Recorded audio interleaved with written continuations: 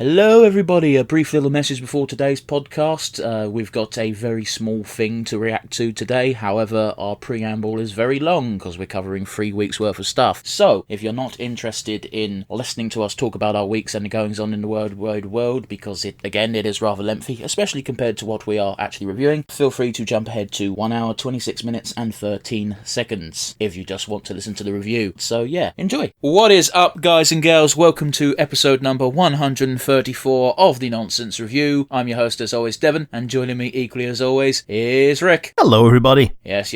We've had 3 weeks of pre-record. They've all been internet animations, and we're going to pretty much continue that trend today. We got a comment on one of our videos by, and I apologise if I butcher this, you've got a load of words with no spaces as your name, Daniel Lopez Lima 6889 to watch this today, and it's another YouTube animation, so it kind of fits.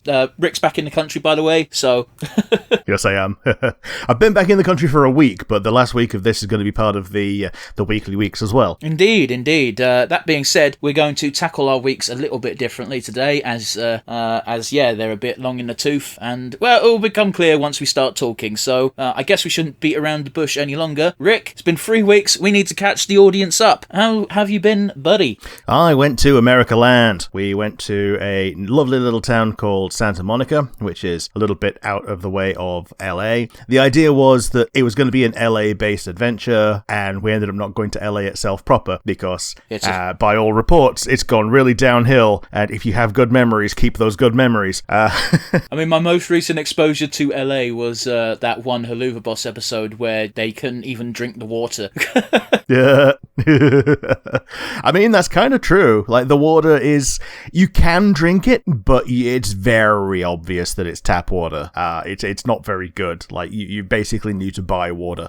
That's not a good sign. No. The first thing that we found when we got there, though, was that Nintendo had set up a little stall in one of the stores, Nintendo Days of Play. This is one of the very, very, very few ways to get a discount on Nintendo things. You get a voucher for $10 off at GameStop, which I still ended up not using, so I gave it away.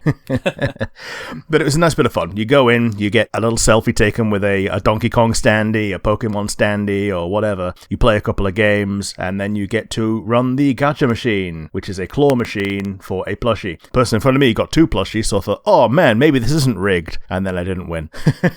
Here's the kicker, Rick. It wasn't rigged, you're just shit. Yes. Yeah. I mean, it's a claw machine.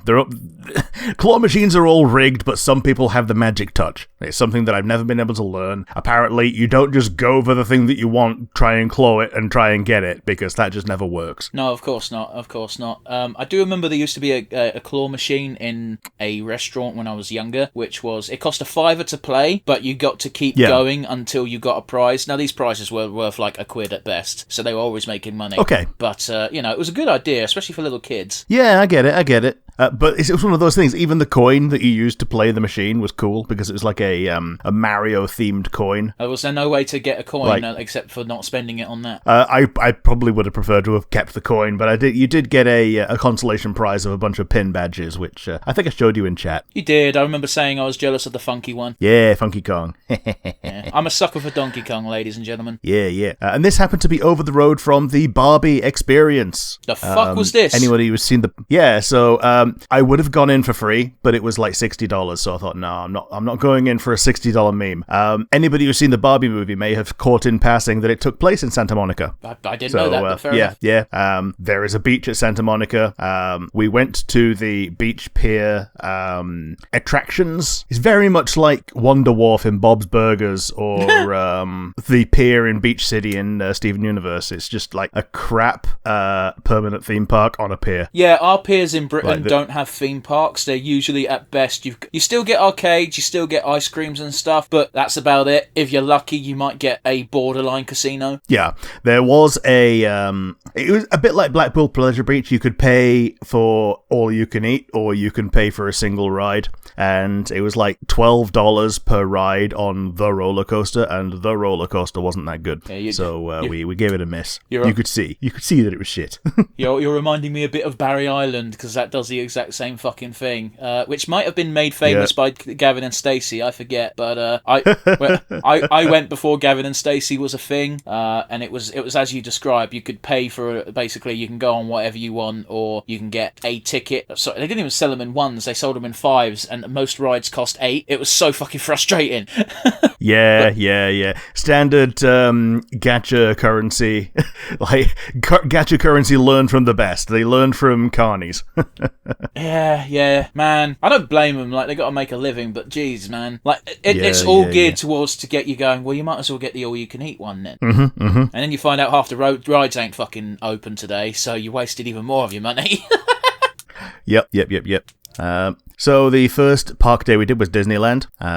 The star of the show was Galaxy's Edge, but the shout out went to Mickey and Minnie's Runaway Train. I wasn't expecting that to be good, and it was amazing. Like, it was really, really well presented. Like, you started out in a little theater, like a stand-up theater, watching what looked like a classic Mickey cartoon with a modern twist. And then the screen exploded. I don't know how they did the effect, but then you walked through the screen to the rest of the ride. Huh. Yeah, and it was like they've done a few of these now where you sit in a cart and the cart has no visible track. The track is underneath the floor and it follows it magnetically. Okay, I now see what's going on. Yeah, sure. I was like, how the fuck did you go through the door but also be on a cart? Yeah, so they also they did this for Ratatouille was the first one that I saw doing it.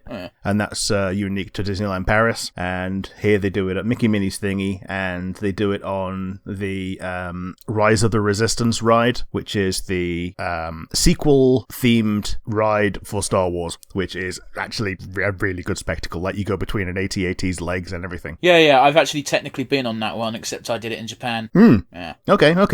We didn't manage to get to ride the Roger Rabbit Toontown because we got to the zone, people were tired, we stopped down for a drink, and by the time we finished the drink, it had closed for the day. Yeah, that tracks. Which is a shame, because this is, like, Roger Rabbit bit is, I think, unique to this Disneyland as well. Okay, sure. But oh well, that's something that we missed. It's a good thing that we did the classic Star Wars ride, the Star Tours first, because it's been absolutely eclipsed by the two new ones, the Millennium Falcon one and the Rise of the Resistance. Partially because, they're built into the Star Wars land rather than just being an addendum to space. Yeah. So yeah. Then we did a pleb day.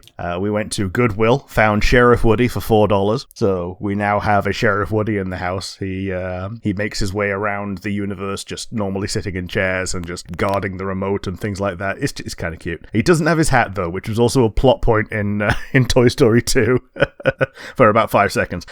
But buses in the area are $1.25 for adults and 50 cents for over 62s. So, like, oh god, I'm jealous. It's one of the few places in the world where public transport is both accessible and cheap. Like, yes, very jealous, and they're air conditioned. Well, they have to be. Yeah. Although we only managed to take advantage of that once, because after that we did look into renting a car. The car rental tried to scam us, so we booked the same deal through their website for a third of the price. To be fair, the rental place didn't try to scam you. The one rep you had tried to scam you. Oh yes.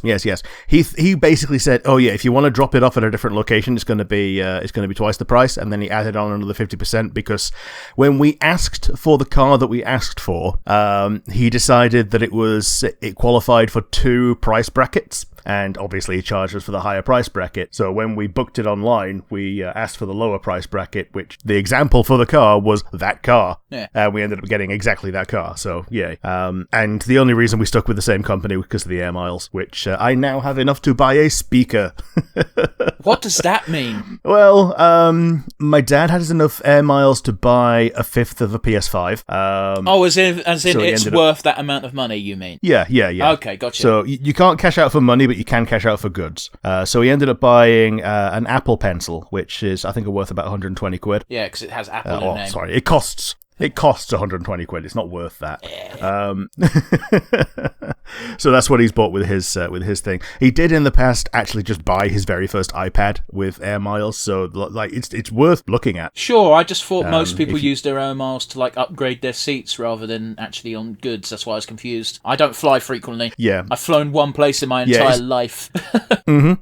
It's one of those. Sometimes the price of doing an upgrade with air miles or even a free flight is way more than just getting goods, because they've got because they decide that their flight is worth $1,000 or $2,000 or whatever. Sure. So it's cheaper to get a £400 PS5, isn't it? At that point, a discless one. I mean, I'm not gonna argue with you. It's just I was just using the only example of air, flyer miles that I knew, and therefore was understandably confused when you said you can buy half a speaker. Yeah.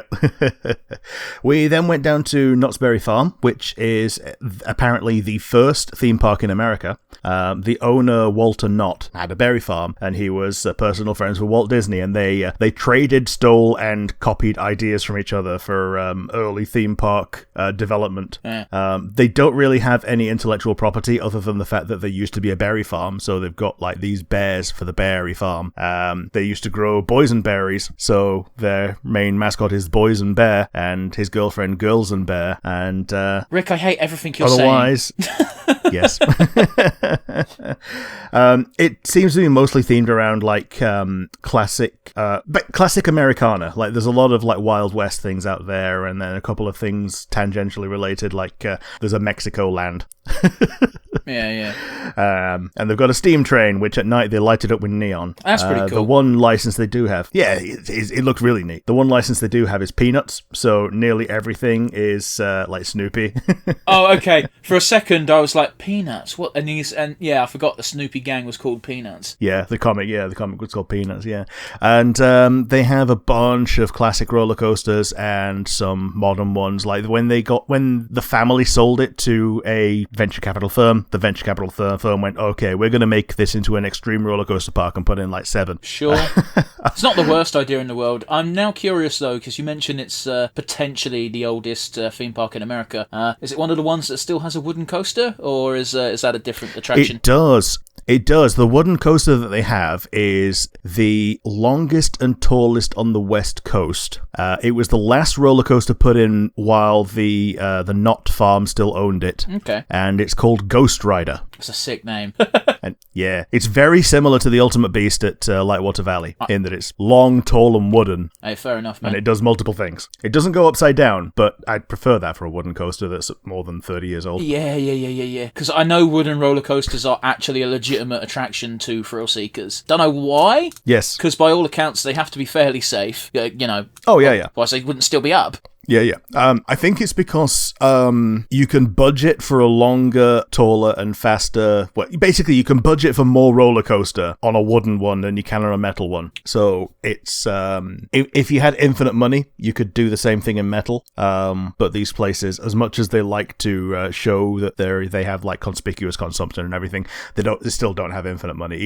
Each project has to be approved. Sure. Another thing there they had is on the way in, we went through one of the stores, and it was the Halloween store, and that's where I sent you this picture. A couch that was from Elvira's last performance. Oh, yeah. I do remember you sending that.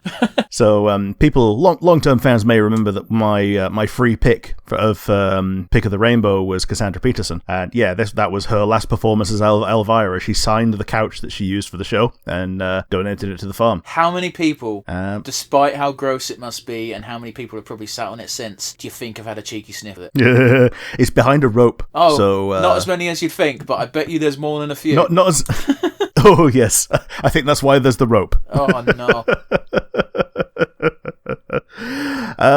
So yeah, another one we did was the California Adventure Park. That's another one that's up in Disney. This is another one it's a unique park to the California side rather than the ones that you get in Florida. And this is where Avengers Land is, and Star Wars Land kicks the shit out of Avengers Land. Still a decent show.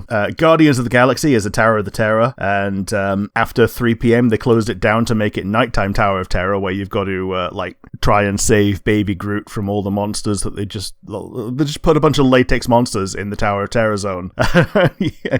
And they changed the narrative. Oh yeah, save Baby Groot from the Tower of Terror monsters. And then Spider-Man is you sit in a carriage and you wave your arms to shoot web slingings. I don't understand. Okay, so you know web bullets? Okay. Yeah, you wave your arms to do that as if you had them. So does it actually track you doing that, or are you just encouraged to do that to help immerse you? Oh, it tracks you. You get a score and everything.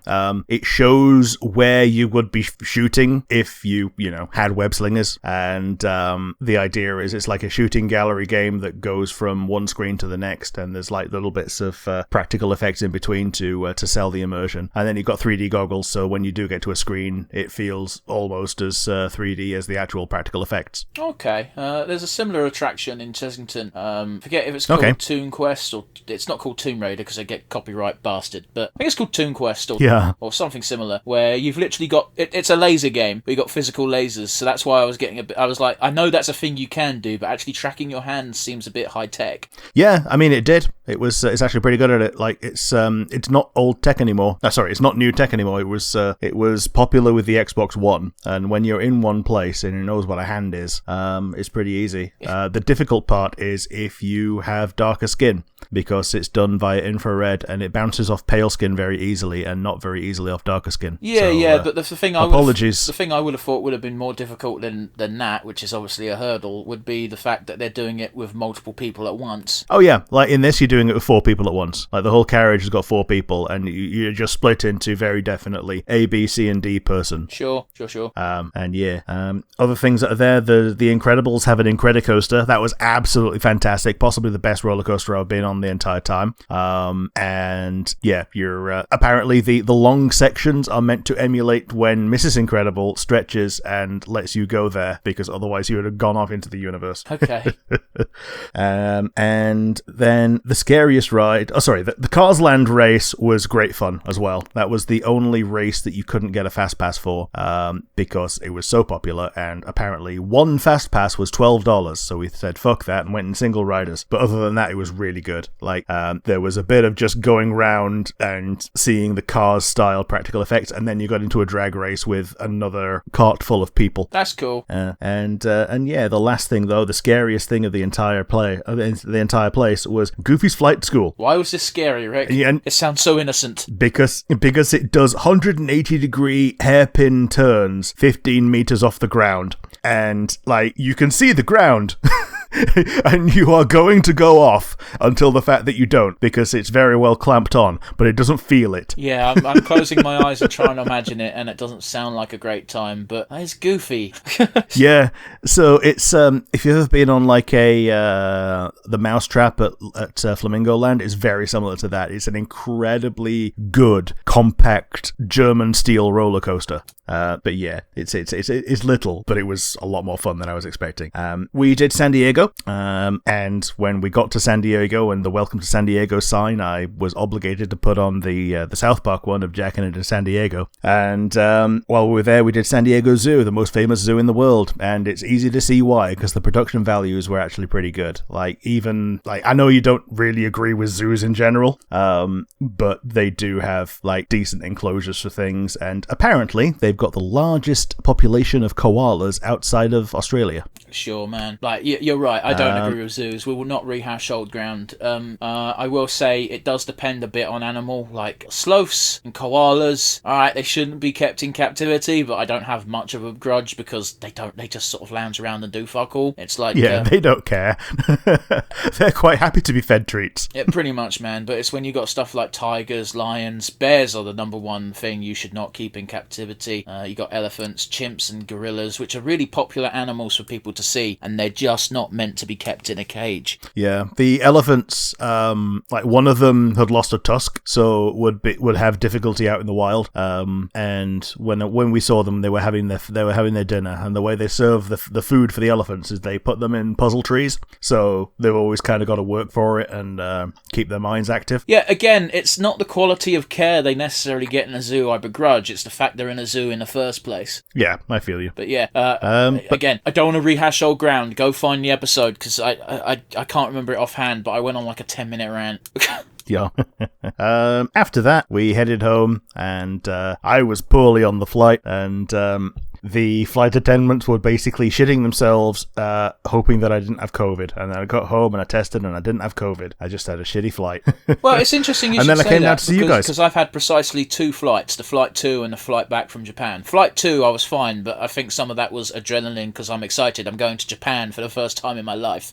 Yeah. On the way back, I felt like dog shit, so I really do think that, yeah, okay, a little bit of concern for COVID in these times is definitely warranted, but it's not unusual for people to get sick mid-flight even. Yeah, like, I was, like, burning up. Like, I melted an entire bag of ice just from, temperature. Oh, dear.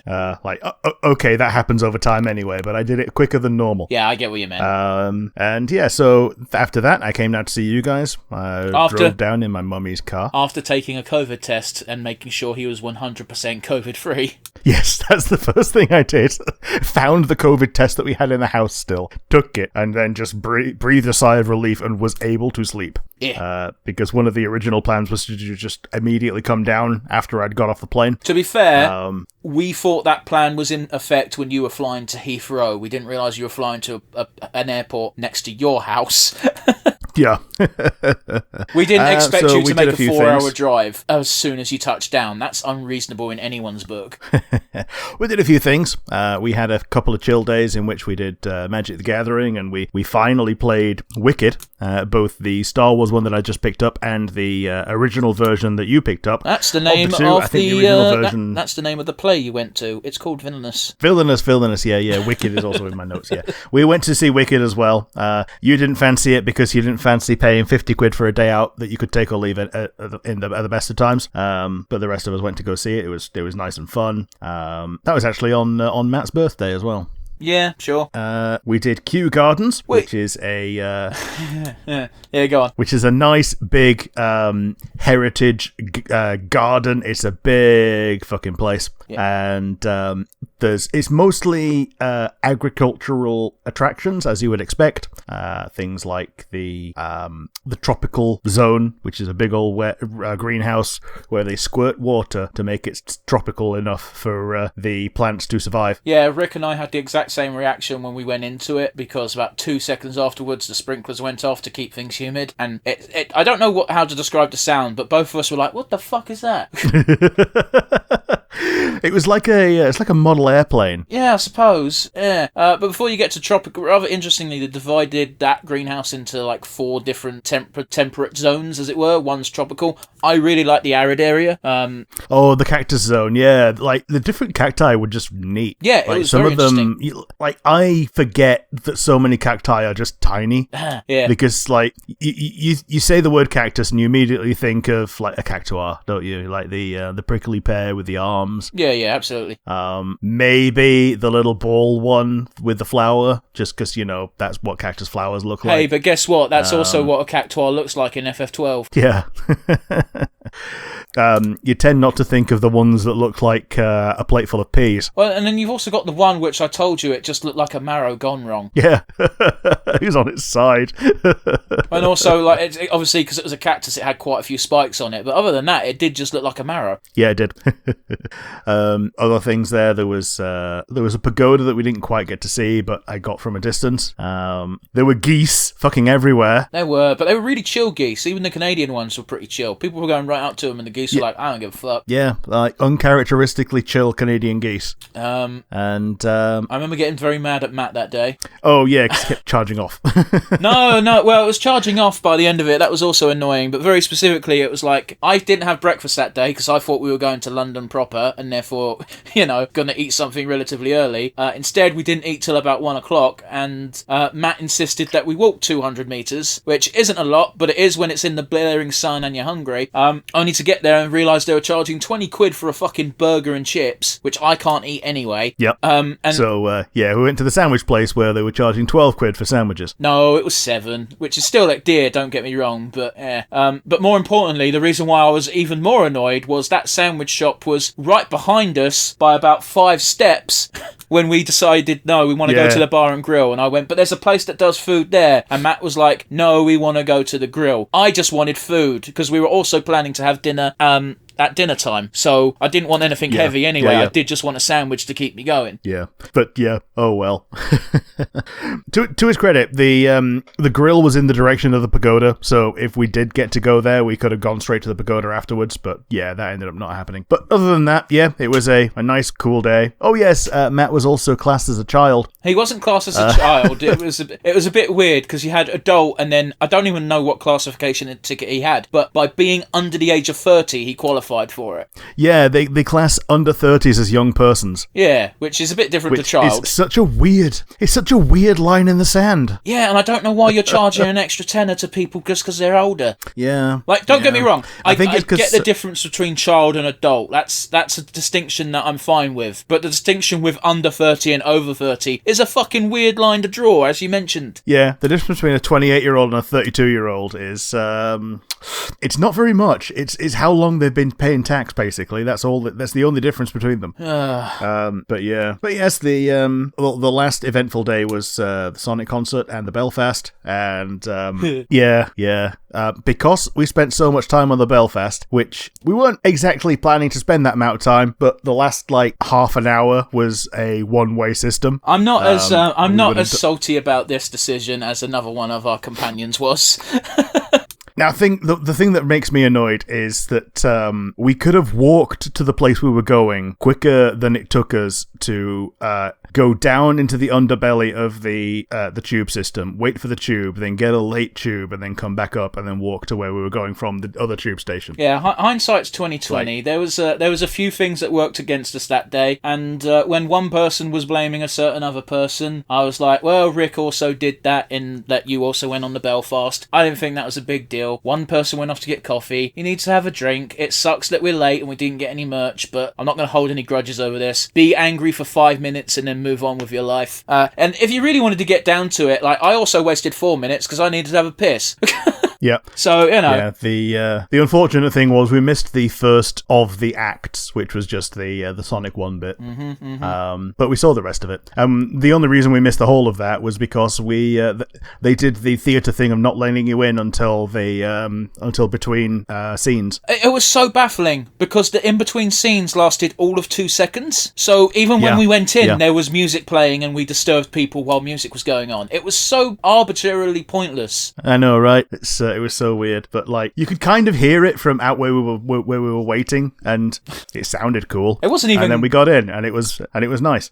It wasn't even kind of hear it. You could just hear the whole thing because we were right outside the door. I enjoy I said this on the day. I'm not a massive Sonic fan, but the music's fine in my book. I had a fun time. Yeah, the music is one of the things that's consistently decent. And it was split into 2 parts. The first half was orchestra only, mostly classic Sonic. They did a few orchestral arrangements of the 3D stuff, but that was few rather than many. And they accented this with usually some gameplay or pixel art or just stuff on the big screen. And by the way, the big screen was a big bonus because you can watch people play the instruments, but that's generally less interesting than what's on the screen. Yeah.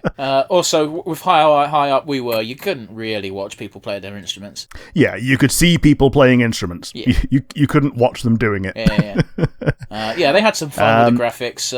I remember when they did the underwater panic noise, that got a chuckle out of me, and I think it got a chuckle out of most people. Yeah. And the second half was the live music. Well, I say live music. It was the rock style side. Yeah. With Jun Senoue. Yeah, almost every single song was improved by the fact they had an orchestra backing them at the same time. Yeah, and Tomoya Otani, who's he was the bassist. He's a bassist, and he's the main composer for most of the classic Sonic. Gotcha. So that's why most early Sonic was groovy and different to just Sunshine and Rainbow's Mario. Yeah, I get you, man. I get you. Which back then they needed the distinction because otherwise you're just a copycat. Yeah. They started off with Shadow's theme, the I Am All, which I love because it's so dumb. Yeah, and it's got a really easy opening bar to just repeat over and over until people are ready and the crowd have calmed calm down. Yeah, I'll give credit where credit's due. Their singer was pretty good, like just general. Like it didn't do anything groundbreaking. It's generic fucking rock concert, hyped the crowd up, but he did a good job at it. And yeah, I think I even said this on the day. Like, kudos to the Sonic band for giving their all to something that is quite clearly dumb and they know is dumb, but who cares, because people like it. Yeah. Including the guy whose dad was in the crowd. Allegedly. Yeah.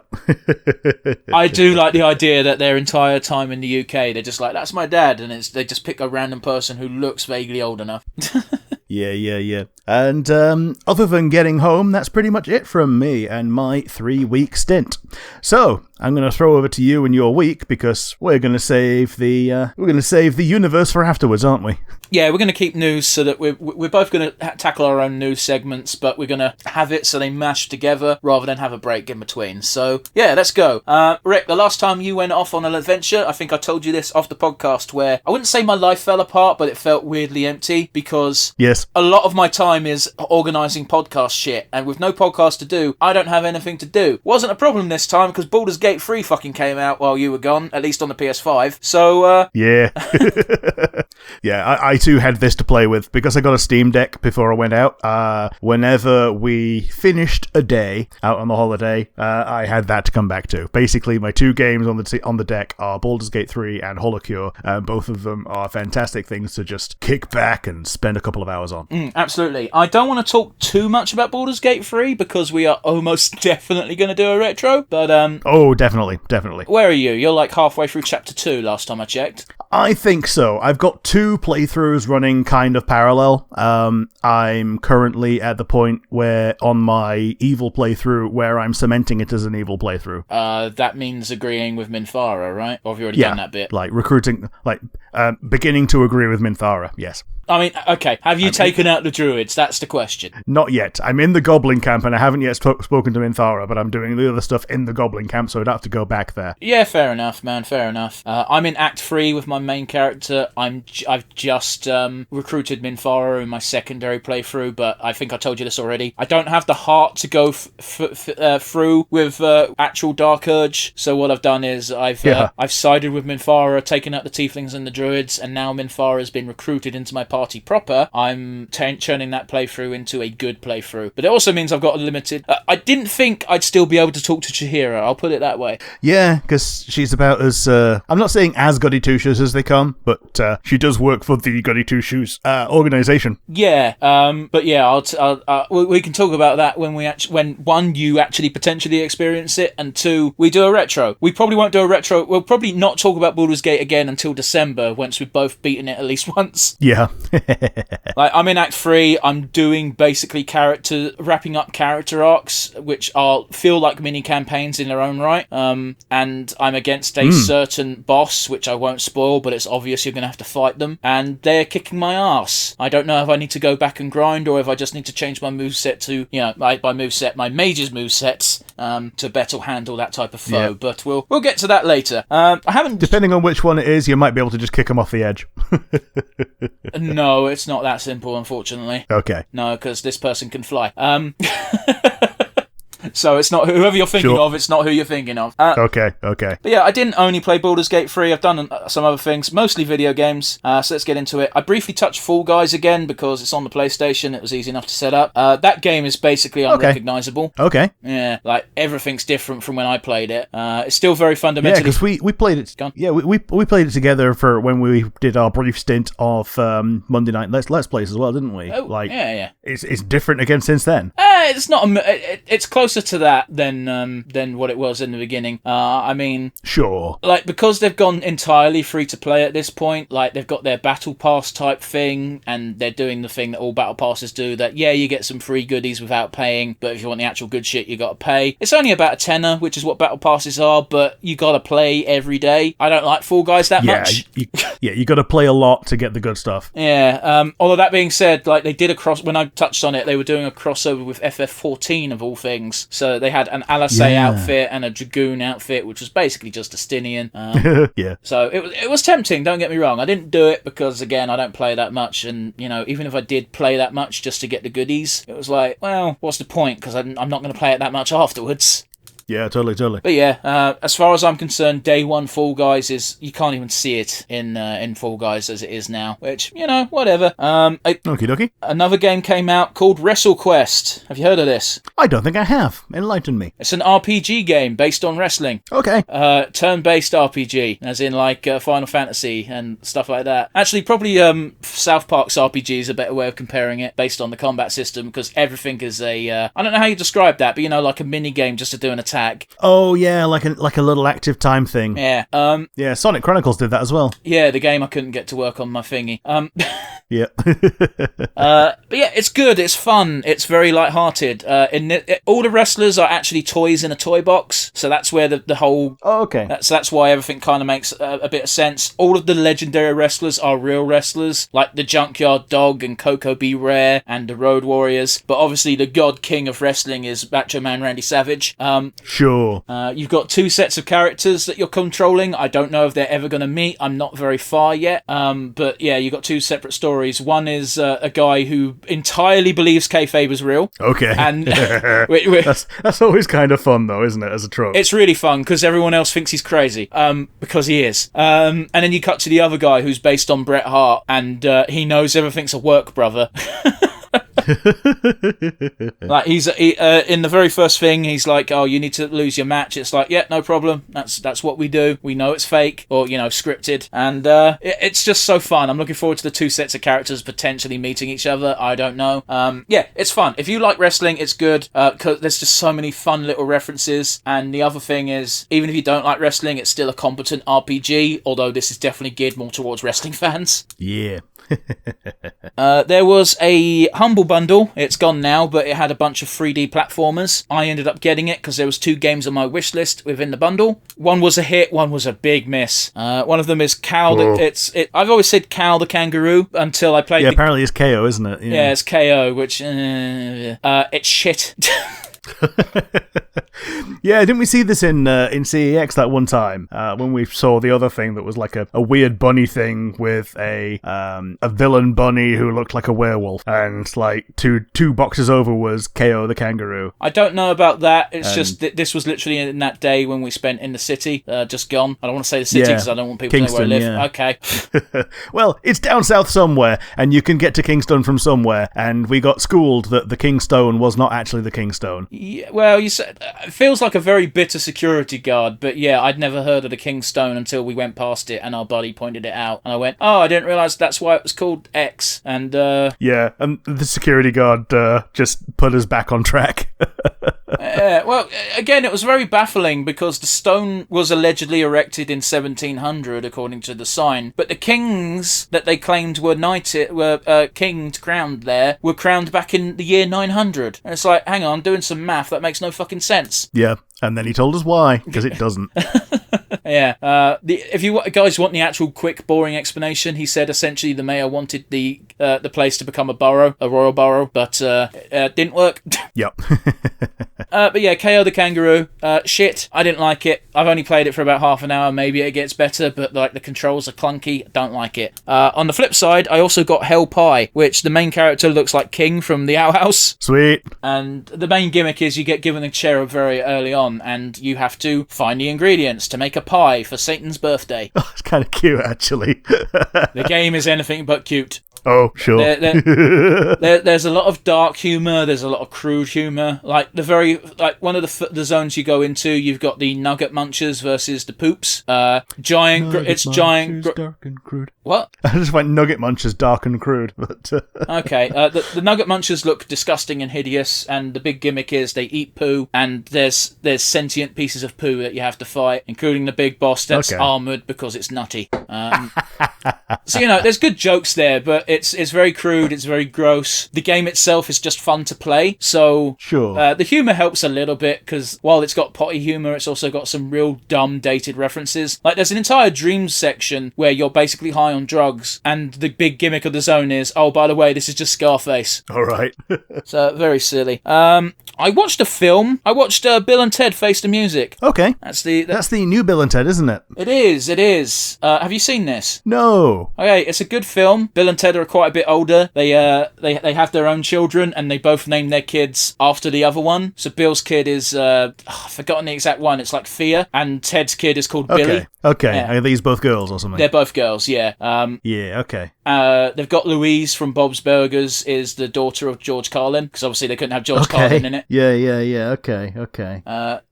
Kristen Schaal. That's the one. I honestly, I've never known her real name, or just because she's voiced more things than she's appeared in. Yes. It was a good film. I don't know if I like the A plot or the B plot better. I didn't follow this film when it first came out. Having watched it, I'm like, I bet you there's some people complaining that half the film doesn't focus on Bill and Ted, but the bits that don't focus on Bill and Ted are arguably more interesting. Sure. So Billy and Thea are jumping back and forward throughout time, assembling the greatest band of all time, starting with Hendrix. Okay. So, that's all they're doing. At the end of the film, they fulfill the prophecy. Spoiler, I know, but it's Bill and Ted. What the fuck do you think they're going to do? It's a good movie. Would recommend it. It was on Netflix. So, yeah, I won't spoil any more than that. It's good. It's very good. Very enjoyable. I spent I wasn't even planning on watching it. I was just flicking through and the Netflix's options. And it was just like, here's Bill and Ted 2. And I'm like, fuck it. I remember the trailers for that looking fun. Yeah. I bought a magazine called Retro Gamer Magazine.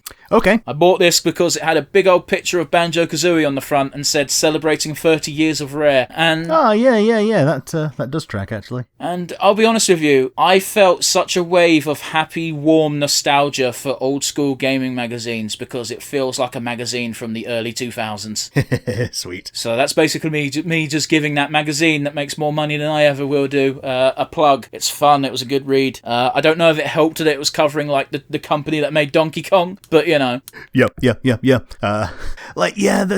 There's a real lost art to those magazines because most of the stuff that they would put in there would be the kind of thing that you could just Google at this point. Yeah. So there's I guess the closest thing we got to those magazines nowadays are websites like Kotaku, where they just cherry pick fact from the internet and then just garnish it with things that are not quite facts. Yeah, but one of the magics of a magazine is the spread, the way they lay it out, the pictures and the captions. Whenever you go on any of these web pages, including Kotaku, it's wall of text, picture, wall of text, maybe another picture, annoying advert in the bottom right hand corner that you cannot close. Yep. And if you're not lucky, adverts in the middle, and that's what you have to scroll through to get past. Yeah. Half of the fucking text is there to keep you scrolling past more ads. Yeah. Now don't get me wrong, this is a magazine, it has adverts in it, but they're false page spreads of an advert, which is... And usually they're fun to some degree. Well, yeah, because it's relevant to the fucking magazine you're reading. They're not going to put an advert in a magazine advertising, I don't know... like L'Oreal. Yeah, L'Oreal in a gaming magazine, because they know gamers don't wash. They might put links in there, like, do you smell like feet? Do you want to smell like Lynx Africa and feet? Buy Lynx Africa. Honestly, the depressing thing is most of the adverts are, hey, do you want to sell your old gaming shit? Call 0900 00. We'll buy your old shit. We'll buy your old shit because we know that it's now worth something, and we're counting on you not to know as much. If you're buying something called Retro Gamer Magazine, you probably know how much shit your shit is worth. It was mind-boggling when we went to CEX and it was like 150 quid for like Pokemon Fire Red. Yeah, I mean, shit, they wanted 60 quid for a Game Boy. Yeah, I've got a Game Boy. It don't really work. You have to do impact technology to get the one of the wires to connect for it to work, and then it works for your entire session. And then you have to do the same thing next time you turn it on. But at the same time, why the fuck are you playing your Game Boy? Oh, yeah, because Game Boy games work on a GBA. Which in turn work on the GBA SP, which was even better because it had a light so you could play it at night time.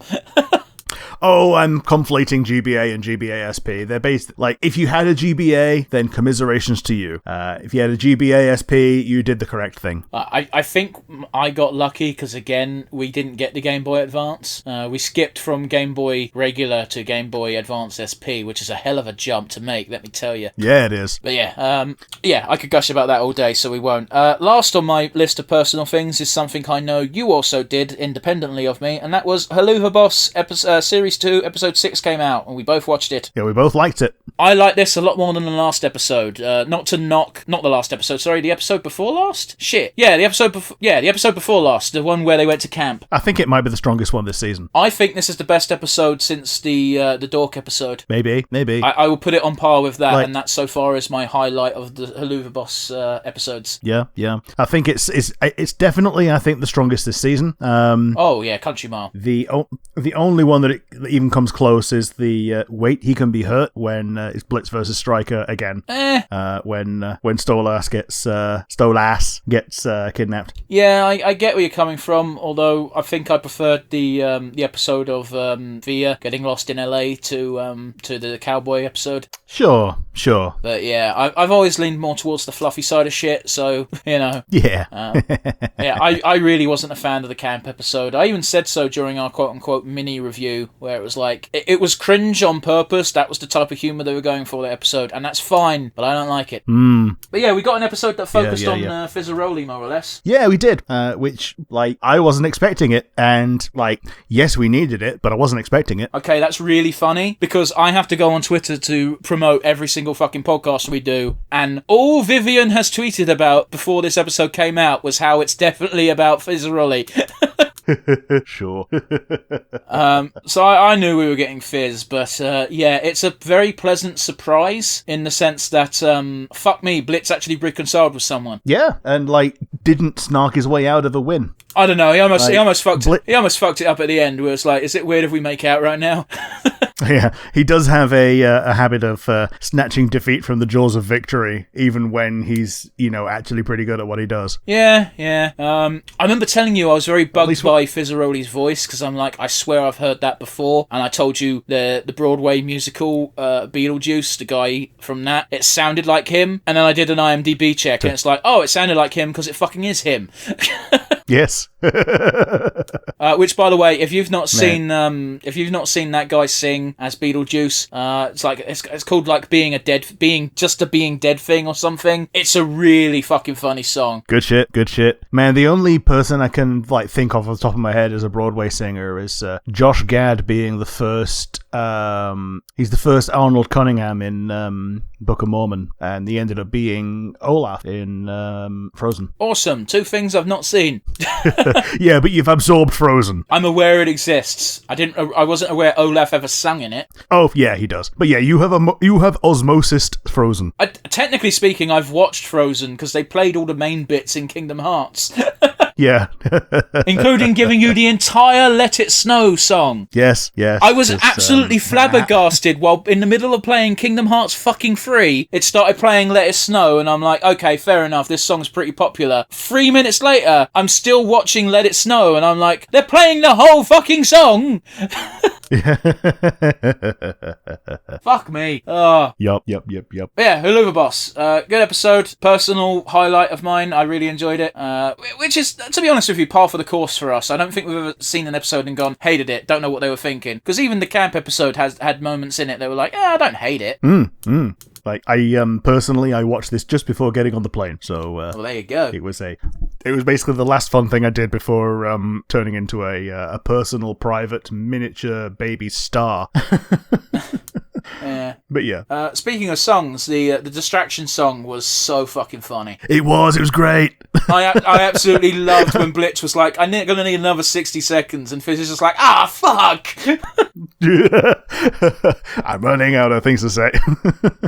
Okay, I actually watched this episode again with subtitles on, because they put the subtitles on, and they subtitle the fucking Italian he sings, and it's just him talking about fucking lasagna and different flavours of lasagna. It's so fucking dumb. Yeah, lasagna, cannoli, botticelli.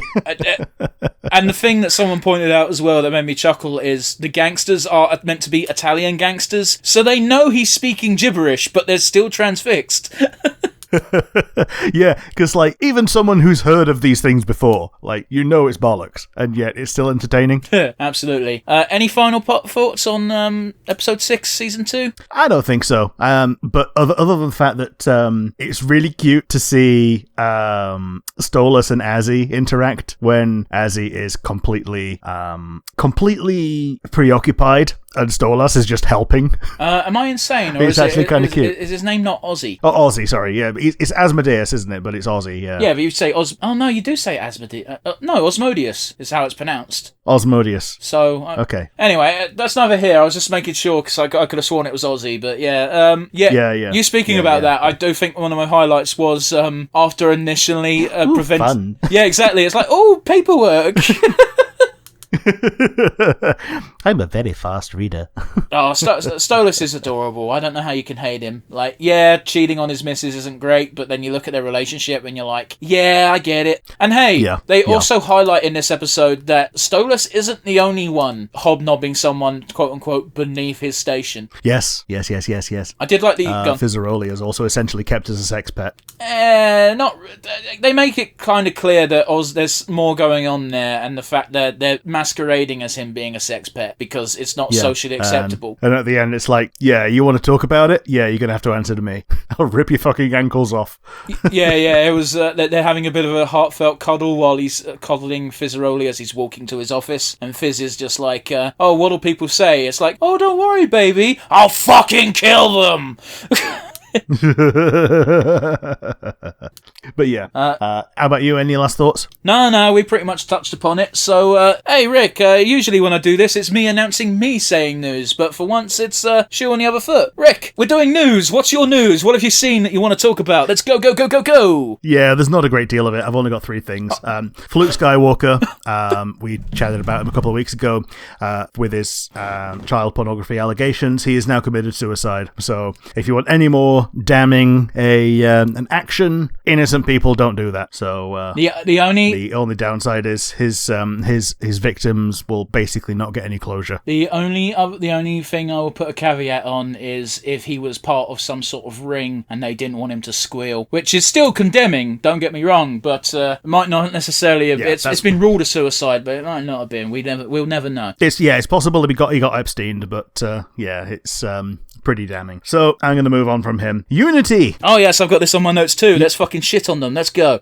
Yeah, Unity have. I think there was a comic poster the other day of looking at what Wizards of the Coast wanted to do, taking money from the fans and going, oh yeah, let's do that. It's a bit different. They wanted to start. It's a bit different because it's not money from the fans they want. It's money from the people who are already giving them money. Yeah, so they wanted to retroactively start charging a massive amount for the license, and their way of justifying it was saying, oh yeah, we expect the console manufacturers will pay, ignoring the fact that, half of sales are on Steam anyway. The actual wording, Rick, I don't want to say you're wrong, but you're a little bit incorrect. It's not changing the amount they pay in licensing fees. The actual plan was that starting January 1st, 2024, I believe, every time someone downloaded a game, including re-downloading a game, the publisher of the game would have to pay a fee to Unity. Yeah. They called this the runtime fee. Oh boy. Yeah, so you can't even just re-download something that you've already bought and be, avoiding this new stealth tax. Yeah, but again, it wouldn't affect the consumer, it would affect the publisher of the game, which a friend of ours actually rightly pointed out that Genshin Impact, which we'll talk, I'm sure you've got in your notes here, Mihoho is trying to combat this in a different way, but that's a gacha game which gets downloaded and re-downloaded so many times throughout the year. Yes, Genshin can afford to eat that up, but why the fuck should they? I've downloaded that at least 6 times. I've downloaded it about 4 times because it's a gacha game. Sometimes I'm convinced to try it again and then remember I hate it, but... Yeah. Oh, 7, because I downloaded it on the PlayStation as well to get Aloy. Sure. Yep. So, yeah, that would have been a significant chunk of change for something that is essentially a free-to-play game. Yes, I've put a couple of quid into it, but nothing compared to what Wales do. And that would basically just be losing money on something that... well, it's Genshin Impact. It wouldn't be losing money. I get the point you're trying to make. It's just... Okay. You got to be a bit careful with how you word this, because it's a real weird scenario in the fucking first place. But yeah, MiHoYo, instead of moving to a different engine, are now making their own. Yeah, like, it's so... There's a lot of things Unity could have done. Shooting themselves in the foot was not one I saw them doing. And if Unity gets fucked, that's the end of Epic. Yeah. Well, Epic does have their own engine. They've got the Unreal Engine. We're not talking about Unreal, aren't we? We're not, but like you're saying end of Epic. Yeah, but what I'm saying is the reason why Epic is able to hemorrhage money is because they get the Unreal money. Am I conflating? Conflating two companies? I thought Epic owned Unreal. I'm thinking of Unity. Ignore me. I'm getting Unreal and Unity mixed up. Yeah, Epic does own Unreal. If they try to do the same thing with Unreal Engine, then that will be the end of Epic. But yeah, Epic is basically just here laughing, and they can put their price up on the Unreal Engine as much as they like, as long as they don't do the Unity thing of per download. Yeah, I completely fucked up. They both start with UN.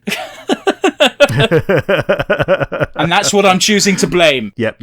They've since released one of those corporate statements that says basically, we're sorry you feel that way, and gives no hint of any form of reversal. They've given no hints of reversal, but they've left it open enough to interpretation to make some people think they might. They won't. It's Unity. They're fucktards. But, their statement was essentially, we've been giving a lot of negative messages from fans and consumers. We have decided to basically not announce anything for the next few days while we discuss our strategy. And it's like... And we hope that now that we've conveniently swept that under the rug, pay us again. There we are. Yeah, it's one of those where I straight up put that message in the group chat and was just like, what do you reckon? Do you think they'll back down or double down? Everyone said the same thing. They're going to try and double down. Yeah. Like these companies have no course of action other than escalation. Like the most damning one was the update that said, or rather hinted that they were going to make Nintendo, Sony, and Xbox foot the bill, and everyone was just like, oh, you guys are just fucking insane then. Yeah. Yeah. Because here's the thing. How would they know? If these things are hosted on servers from those providers, why would they ever relay re-download stats to Unity at that point? It's baffling. Even without that, there are three big companies that are not going to let you just take money for them for no fucking reason. Yeah, especially with no warning or negotiation. God, no. Like, first of all, you don't tackle Nintendo because Nintendo will be on your ass like flies on shit. But saying Nintendo and Sony and Microsoft? That's fucking insane. Yeah. I don't think there's any... Microsoft... Go on. I was going to say, Microsoft are already losing so much that their entire platform is not the console, it's their Game Pass. Yeah. And the whole point of their Game Pass is you get to download as many of the games on it as many times as you like for free, as long as you pay the sub. Yeah. That would not work. Yeah, it's... I can't think of any single company in the gaming world anyway that would be able to take on all three of those. Yeah. I can't think of a company that would be able to take on one of those. Other than one of the other of the three. Well, of course, yeah, but I was discounting them for obvious reasons. Yeah. Honestly, if a company was in direct confrontation with one of the others in that trio, all you're going to do is have those two companies hemorrhage money, and the third one's going to win by attrition. Yeah, usually it's basically Nintendo wins because Sony and Microsoft are fighting. Unless it's the time when Sony's like, oh yeah, because we're winning, we're going to start charging more, and Microsoft just throws Nintendo a bone so that Sony loses. Yeah, it's like when the whole reason why America's independent is because France joined in. They didn't want to help America, they just wanted Britain to lose. Yeah. Man, General Hux based on history. But yeah, the last thing in my weekly news is something that you're also aware of. There's going to be an FF14 tabletop RPG, and all we know so far is it's going to be 50 odd quid for the box set, and it's D20 based, and it's not out yet. Yeah, I've got... But pre-orders are open now. Yeah, it looks fine. I'm not going to be interested in it unless they release a digital book, but, yeah, it's interesting enough. Well, isn't this celebrating 10 years of Eorzea or something? Sounds about right, yeah. Yeah, in fact, I think that's almost exactly it, yeah. I think it's 10 years this year, 10 years of ARR next year. Sure. Because it's 1 year after PSO2, and it looks way better. Okay. Even today. Man. As much as PSO2 is like one of the best character creators for making monstrosities, they still have dead fish eyes. That's a sentence. One thing that FF14 has done right from the very beginning has been really decent looking facial expressions that make the people look like people and humans, and like, yeah, okay, they might just do a little hand animation to show that they're talking, but at least when they look over at someone and smile, it looks genuine. Yeah, sure, man. And not just dead fish eyes. But yeah, that's enough about me shitting on a game that I like in favor of another game that I kind of like. How about you? How's your week? Well, not your week been. What have you seen out in the wide world these past 3 weeks? Yeah, okay. I was very disheartened to hear that you only had 3 things to say, because I've got about 20. Yeah, it's okay. I was elsewhere in the universe, so I wasn't paying attention to the universe. Okay, that's fair. Speaking of universe, Rebecca Sugar. Oh! She's set to release her first album in November, Spiral Bound. It's a musical album. She says that it's got about 6 songs, so we all know she can write songs. These are allegedly based on events she wrote in her notepad/diaries, which were spiral bound. Okie dokie, sweet. Yeah, that's going to be interesting. Seeing as we're vaguely on Steven Universe, hey, Rick, Steven Universe is getting something called Digital Funkos. Oh? They're NFTs. Yeah, alright. They're little 3D animated things that look like Funko Pops based on Steven Universe, and for some reason, Steven Universe himself is ginger. Ah, that's weird. It is weird. I don't know how popular these are That is most weird. I imagine these are actually out now, because that was news I got like 3 weeks ago. But I don't like Funkos anyway. I sure as shit don't like Funkos that you don't even own. Yeah, man. Speaking of NFTs, opposite the place where we stayed in Santa Monica was a place that is theorized to be an NFT trading hub. The fuck does that mean? It's a physical location where you can go in and basically have an NFT stock market. The fuck does that mean? It's just NFT fuckshittery. But in a cafe. Okay. The entire 2 weeks we were there, we only saw it open once. That's and the whole outside of it was decorated with Sonic the Hedgehog and like Steve from Minecraft, just like video game stuff that made it look like a video game place, where like maybe an internet cafe or whatever. But it was shut all the time. That only open once, and it did say members only. That's a fucking front for a criminal organization. Yeah, it's money laundering. It's money laundering. Like, NFTs are money laundering to begin with. Yeah. But this is double money laundering. Oh, yeah. Oh, no. Alright, in more pleasant news, hey, Rick, do you remember a film called Good Burger? I remember it existing, yeah. I never watched it. Cool. Is this the one that had Keenan? Yeah, Keenan and Kel. Yeah, I've got some good news for you. Good Burger 2 is out November 22nd. Sweet. Exclusively on Paramount Plus. Not so sweet. Yeah, the original film came out in 1997, so yeah, I was the prime audience. It was a fun movie. I don't know if I want to watch a sequel, but I'm kind of happy that Keenan and Kel have both still got work. Yeah, I think Keenan's got his own solo show at the moment. I think Kel's appeared a bunch on SNL. Sure. Or one of them has. I don't know. I don't watch SNL. This is all secondhand information. Yeah, I think it is actually Keenan that's just kept in the comedy scene. So yeah, that sounds about right for Keenan. I think Kel just kind of vanished a bit, but obviously he's back for a Good Burger too. I think they've both been doing things. I just think one's been doing more prolific things. Do you know what I mean? Sure. But anyway. Sure. Hey Rick, are you ready for 19 inches of Venom? Yeah. I forgot about this. Yeah. Yeah. No joke. I kind of want that statue, but boy, was I really surprised to find that wasn't a parody account. Yes. So that was that was real. Similarly, the FF7 remake Part 2 special edition that comes with a one-winged angel Sephiroth statue costs more than a PlayStation. Sorry, it costs more than a Nintendo Switch. Well, okay, that's only about $250. Still a lot of money for a statue that you. Well, I'd agree with you, except I've seen some of the prices of the statues on the Square store, and some of those bastards are £1,000. So. Oh yeah, that's because the Magitech armor is like almost life size, and you can just have it for your office if you're a nerd office. Sure. But yeah.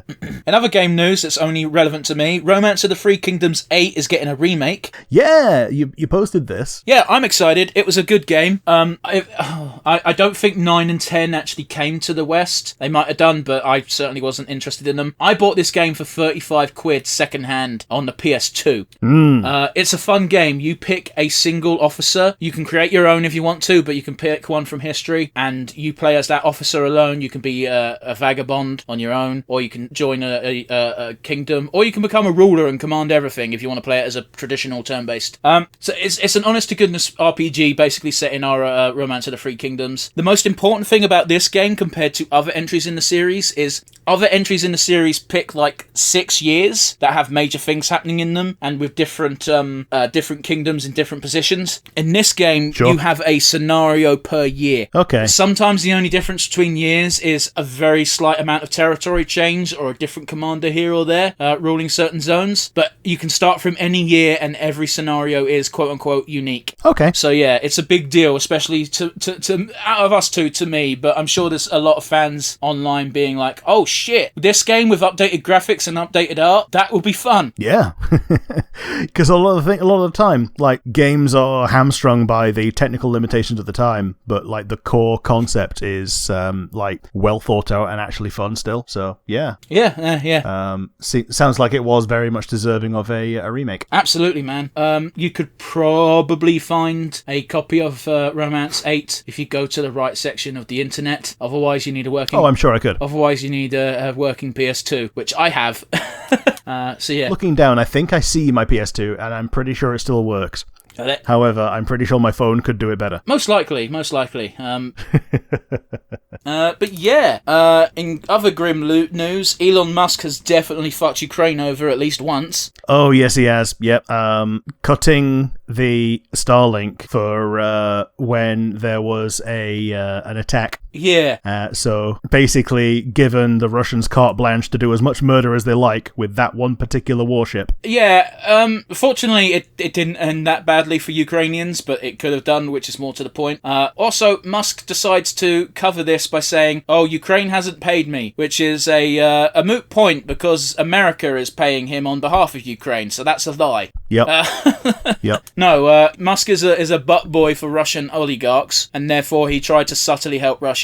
Which is weird that he's doing it subtly, because he's overtly been trying to help Russia before now. Yes, absolutely. He's been saying many times before that, Ukraine should just, capitulate. Yeah. Just capitulate. Just give them what they want and they'll go away. Which obviously that didn't happen because it didn't happen after the Crimea. Well, yeah, but it's like 10 years ago. It's also like Musk is a fucking spoiled little bitch boy anyway. But even if it just goes to show how little he understands. In that, if Ukraine capitulates in this scenario, Ukraine goes away. Yes, it's not a valid option. And I apologise very deeply because I can't say his name correctly. Is it Zelensky? Zelensky, yeah. Yeah, he said a few times on record that he's been asked a few times whether or not they'd be willing to secede any Ukrainian soil to Russia, and he keeps answering the same as in no. And it's like, well, why not? And it's because at this point, so many Ukrainians have been killed. What have they died for? Yeah, absolutely. Which it's a very I understand it. People who don't like war and don't like conflict, which I don't like war. Most of the time it's pointless. But if you've not been in a war zone and watched literal friends and family be killed, I think it's hard for you to necessarily empathise with someone who says, why the fuck should we give up anything when they've been killing us? Yeah. Sorry to get downer on a podcast. I know we try to avoid talking about the conflict, but, you know. Yeah, I like the answer of, I'll give enough soil to fill in the hole for Putin's funeral. Yeah. I've heard that one. That's a good one. You got some bollocks threatening him, no matter how the global thing looks like, because he still has access to the KGB. Yeah. And yeah, like, Putin still does have some teeth because, he did manage to get rid of Prigozhin while denying that he got rid of Prigozhin, but also leaving his fingerprints all over it. Well, exactly 1 year after his insurrection. It wasn't a year, it was like a couple months. Sure, but yeah, it was on an anniversary at least, yeah. Sure. Rick, this is not a wrestling podcast. Yep, I was prepared for this. A lot has happened in the wrestling world. I will try to keep this as brief as possible, but because 3 weeks have gone by, there's actually a lot to talk about. Okay, hit me. Yeah, I'm going to hit you with the sad one, the saddest one first, because it fucked me up. Sure. This would have come about in our last live episode, but we just, sod's law, we happened to record on a Thursday instead of a Friday.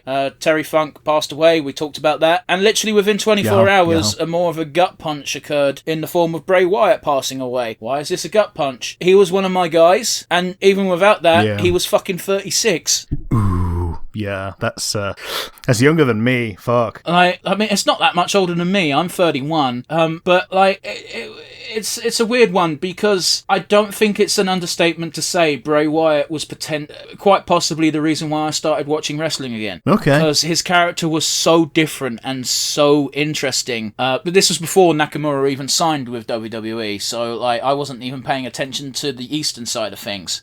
Sure. And I appreciate you're not going to be aware of this, but the Wyatt family consisted of 3 members. They went up to 4, but 3 members when they started. 2 of them are gone now. Fair. And Luke Harper... Like, not fair, but yeah. Luke Harper was, I believe, only in his early 40s. You know, it's very weird. You know, these are young guys. I don't dig too much into people's deaths, but this one was so odd. I did click on the article when they actually announced stuff. Bray Wyatt's been gone from the WWE for a while now. A lot of people speculated it was because of creative differences. It happened before, probably happened again. Bray Wyatt got COVID, and that's why he stepped away from wrestling. But the COVID got really bad, and he ended up developing a heart issue. Okay. So ultimately, he passed away from this heart issue. So it's not only is it just tragic in all its rights, it's also like just reminding you that it's not over yet. Yeah, it's still out there. Like, I was legit assuming that I had it on that flight. Yeah. And like, you've made no secret of it that when you had it early on, it was incredibly severe. I also could barely move on 2 separate occasions, one of which I didn't even take tests, where I was just bedridden for like nearly a month. And the second time, I was bedridden for nearly a month. Yeah, with me, it wasn't quite so bad. Well, okay, maybe it was bad. There was a moment where I thought, fuck, am I going to have to go into hospital? And if I go into hospital, am I going to have to be put on an incubator? Because most people who go, at that point in time, most people who went that route did not come back. Yes. Like, when I had it and I knew that I had it, my main thought was I would not survive this if I was a smoker. Oh, yeah. And yeah, it was that grim. I just basically had incredibly shallow lungs for the entire time. Yeah. It was grim. Absolutely, man. But yeah, I could regale you with a dozen or more stories of Bray Wyatt. I'll just name 2 favourite moments, and then we'll move on to the other wrestling news, if that's okay. Sure, let's go. One of the best. I like tag team wrestling. I like factions in wrestling. One of the best matches in recent history, I suppose it's not that recent, I think it was like 6 years ago now, was the Wyatt family versus the Shield, which was 2 3-man teams, and they fucking put on a hell of a show.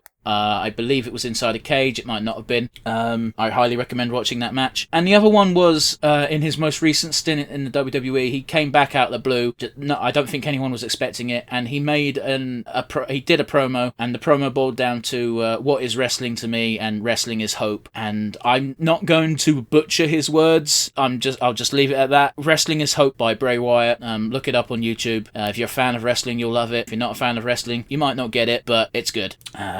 Sure. Yeah, that happened weeks ago. And it sounds like. Gone. I was going to say, it sounds like the kind of speech that they'd have in anime, which cements your wrestling is redneck anime statement.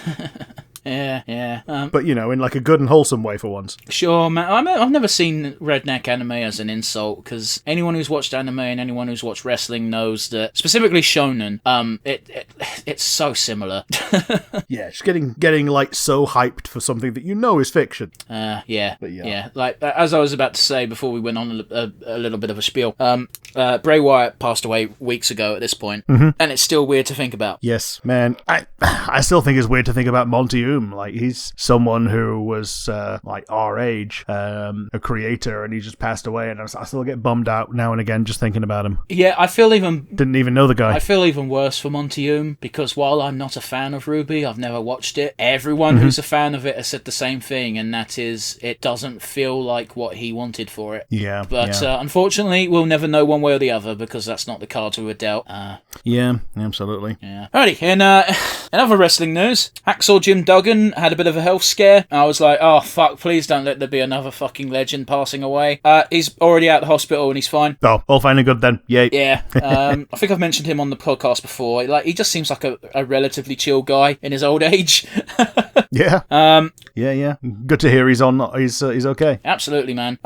Here's a weird one. WWE has had a deal with Panini. For those of you who don't know who Panini is, where the fuck have you been? Most people will know Panini in the UK. The stickers people. Yeah, they're the stickers people. Like, most people in the UK will know them as the people who do basically every single football thing ever. Yep. WWE says Panini is accused of breach of contract, so therefore WWE terminated said contract. However, Panini is still selling the WWE-related products, and now WWE is seeking an injunction. Meanwhile, Fanatics is someone who WWE has said will get the rights in 2026, and that it's assumed that they're going to take over immediately now. So basically, I don't know what the fuck's going on. This is a weird story. Yeah, that is weird. Like, it's strange that you can at any point say that a product that someone has made is now illegal to sell. Yeah. It's weird that the terms of the story are there's been a breach in contract, but there's no hint as to what that breach was. Yeah, like, without knowing anything else, I would be on the side of Panini on this one,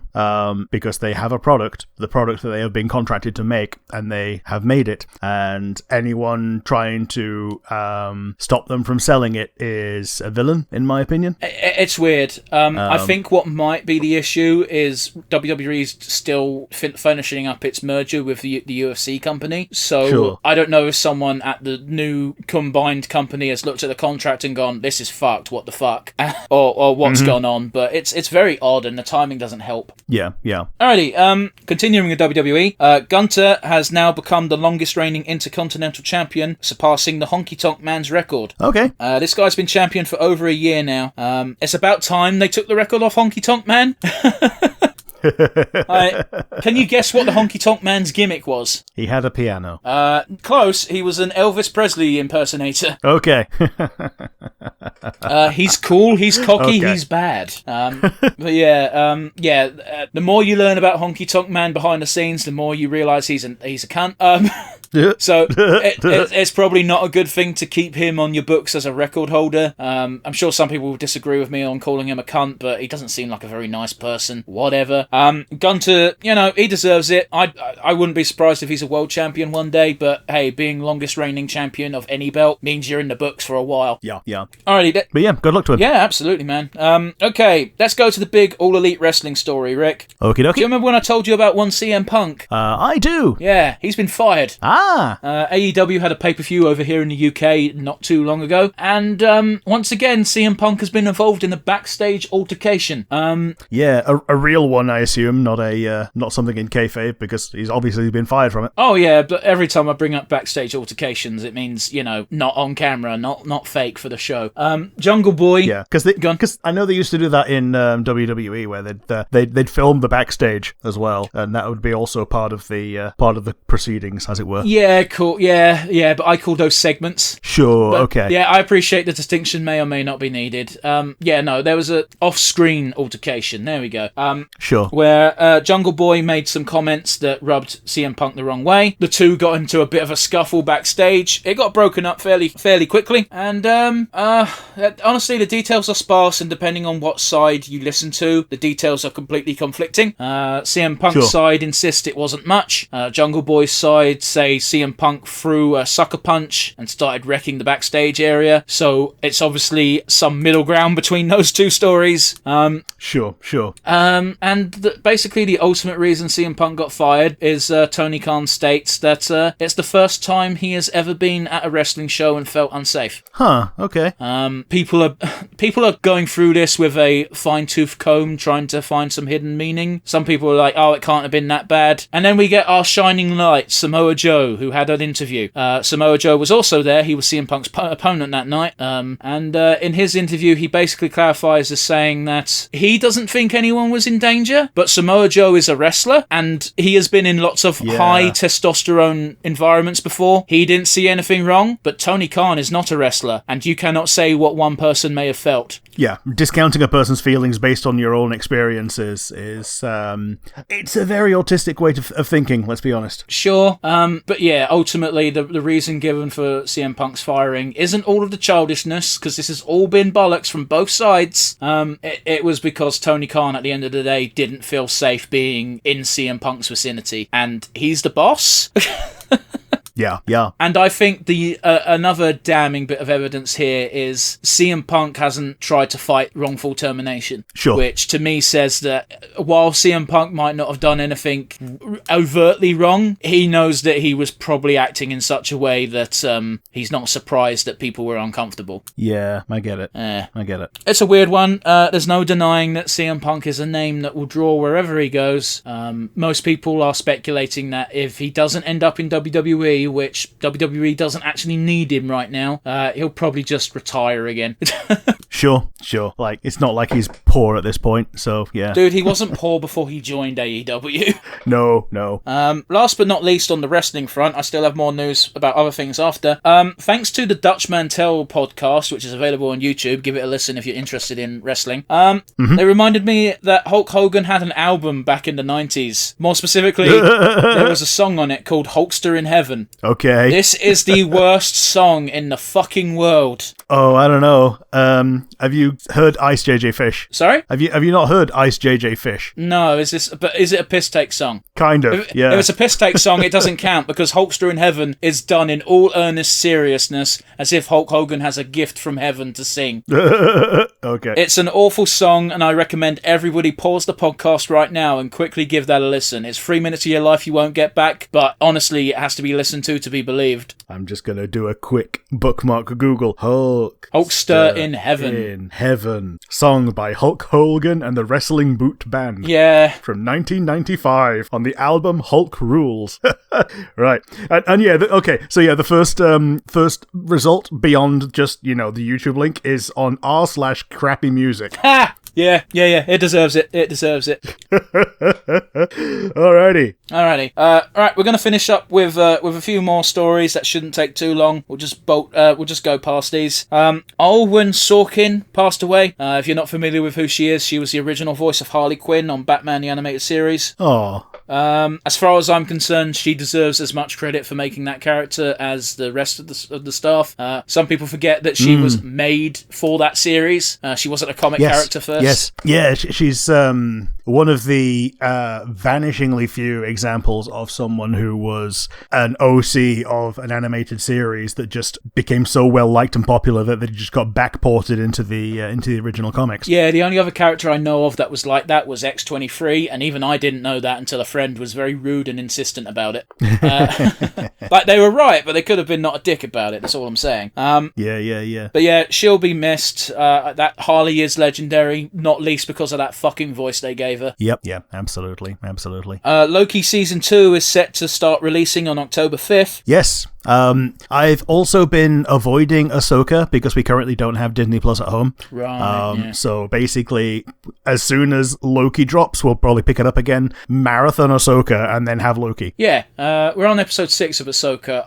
I've still only watched up to 4, so I'm watching them in 2-episode chunks because honestly, it feels better that way. Yeah, is it a 6 or an 8 episode show? 8. Cool. Yeah, once that's finished, we'll definitely do a retro. Yeah. This was a weird story. That 80s show. Oh, okay. Is this the one with like Ashton Kutcher and all that? Yeah, and Mila Kunis, I believe. Yeah, otherwise known as Shut Up Meg. Yeah. I don't know the gentleman's name, but one member of that cast has been sentenced to 30 years for sexual assault. Bugger me. More importantly, Ashton Kutcher and Mila Kunis both wrote letters to try and get him a lighter sentence, which, I don't know if you know much about Ashton Kutcher, but he's been spending a large portion of his life championing against sex trafficking, which is very odd that he would now leap to the defense of a rapist. If you read the letter, he's trying to implore a lighter sentence because of the convicted rapist's sentence lighter because of his daughter. Like, the daughter shouldn't go without a dad, and it's like, your dad's a rapist, and the worst kind, because you don't usually see 30-year sentences for that crime. You usually see 5, and it's a slap on the wrist, which is disgusting in its own right. But the fact that what he did warranted 30 years in the eyes of the judge means you don't get to raise your daughter. She deserves better. Yeah, and even his own defense attorney asked for 15 to life and was given... Sorry, the prosecution asked for 30 to life, and even the defense asked for 15 to life. Yeah, I think that's because defense lawyers aren't stupid, it was, you know? Yeah, like, the evidence was so damning that the defense couldn't even have a not guilty plea. Like, their best plea was to plead guilty for 15 to life. Yeah, it's one of those where I know people people don't like people taking plea bargains to reduce sentences. Even I'm not a big fan of it. But if that didn't exist, a lot of people would just get off. Yeah. But yeah, absolutely. As of this initial letter, Ashton Kutcher has since been, I don't know if he voluntarily did this or if he was forced to, but he stepped down as the ambassador for his charity, because you can't be in charge of that type of charity and then try and stick up for a rapist because he was your mate. Yeah, absolutely. It's until this, I had a lot of respect for Ashton Kutcher. Not gonna lie, not because of his acting career, couldn't give a fuck about that, but oh well, it is what it is. Rick, Lauren Boebert. Oh, this fuck. Yeah. Yeah, this is an interesting one. A lot of Republicans are getting angry at people for pointing this out. She was caught recently in... I forget the exact setting. It was a public setting. She was sitting next to either her boyfriend or someone she was with romantically, and she was very publicly groping him and, as in giving him a fucking handy. And people were like... And vaping. Sorry? And vaping. Sure, if that was inside, that's definitely not meant to be happening. Yeah, she blamed the vaping on a smoke machine. Sure, whatever. That's not the point people are annoyed about, truth be told. Because she doesn't like people... She doesn't like the transes or the gays or anyone showing any PDA, which means hugs or kisses, and here she is giving someone a crafty wank. I want to point out, I wouldn't actually give a fuck about this if she didn't give so much of a fuck about other people just having hugs. Yeah, and if she weren't so much of a proponent of marriage for life when she's just divorced her husband, who was also a child, not a child molester, a child flasher. Right, yeah, he got his knob out and showed it to some kiddos. Great. It's not much better. Yeah. I think he married her when she was underage as well. Lovely. Yeah, it's one of those where this is such a nothing story if it wasn't specifically her. Yeah. I don't care. Absolutely. I mean, don't do sex things in public if kids have a chance of spotting you, Yeah, I mean, by all rights, it was kind of in the dark. So the footage is from the anti-piracy cam. Sure, but I don't care. If you're totally. If you're telling people you can't hug because you both have penises, you shouldn't be giving someone a hand job in a theatre. Yep. That's all I'm saying. Yep. It's the hypocrisy that gets me more than anything. I mean, that's just the Republican manifesto. Yeah, okay, but it's nice to have some fucking proof, because you can't prove the fucking double dealing, double dipping, and the stealing, but you can prove them having crafty wanks. Yep. Alrighty, Rick. Last but certainly not least, I like how flippant that was. Yeah. Let's go. Achievement Hunter is no more. Completely gone. It's not completely gone, but as of, I think it's the 22nd of September, maybe? It's near the tail end of September, they will stop uploading, and it will become a purely archive channel. Okay, fair enough.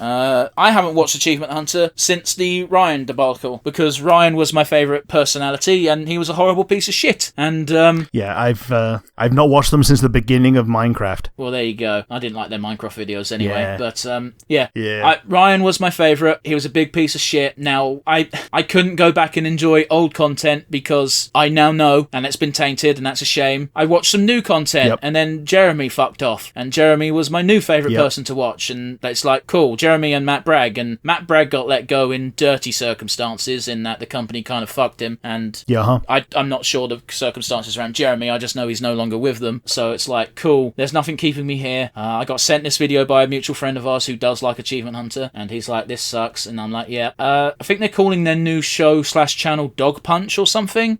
Sure. I don't know. Is this still going to be under the Rooster Teeth umbrella, or what? It's still owned by Rooster Teeth, but they're making their own channel for it, which, whatever. Apparently Let's Play is going to continue to be used as a channel, but they're giving it to other people. It's all a shit show. Sure. This doesn't make any sense to me. I'm probably not watching their content anymore. It doesn't really matter, actually, because I haven't watched their content in about a year. Sure. Essentially, everyone's moving away to do their own projects, and that's fine. I don't have to care. It does feel as if a part of my, wasn't even childhood, it was more like teenage years, is now well and truly buried, Yeah, I feel you. This is the second nail in the coffin, because Super Best Friends went in 2020 or something, or 2019, before the pandemic. So, it sucks. It is what it is. Rick, we're doing something a bit different today, aren't we? We're doing an animation. It's called Tales From Scorchwater Valley, the Rhino and the Redbill. This was a request. Yeah. It's about a 13-minute long animation. It's on YouTube, and it's got about 100k views. It came out a year ago as well, so this really flew under our radar. And 10k likes. Yeah, so, you know the drill, Rick. I'm going to send it to you. Okie dokie. It's Tales from Scorchwater Valley, the Rhino and the Redbill animated pilot on YouTube. 3, 2, 1, and go. A lot of static at the beginning. It even says static in the subtitles. Good to know that it's on purpose and not my headphones fucking up. Oh yes, Alex Henderson Animation is the channel.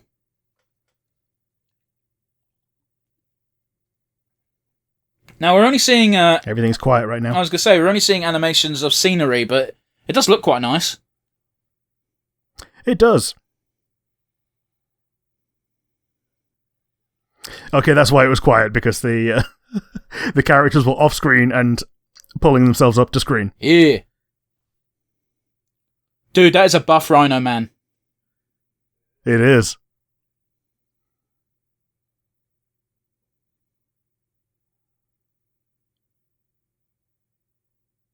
Oh shit, he's blind. Okay.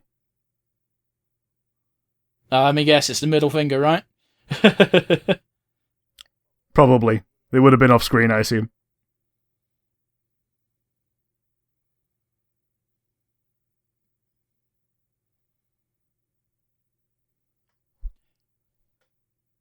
The Rhino's got a good head on his shoulders. Like, there's nothing that wastes more time than trying to save time.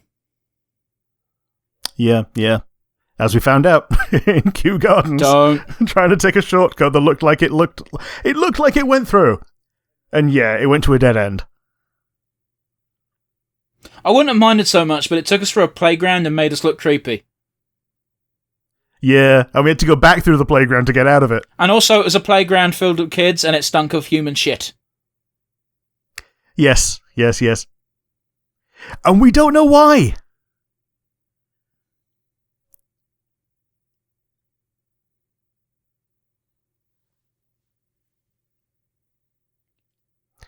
Okay, so Sam is a sore spot. Yeah. Or at least a sweet spot. Smart move. Although... Right, yeah, I was gonna say, like, he's blind. He's got no way of doing anything other than just trusting the bird. Mm-hmm. It's not a good sign when you zoom in on a spider, is it?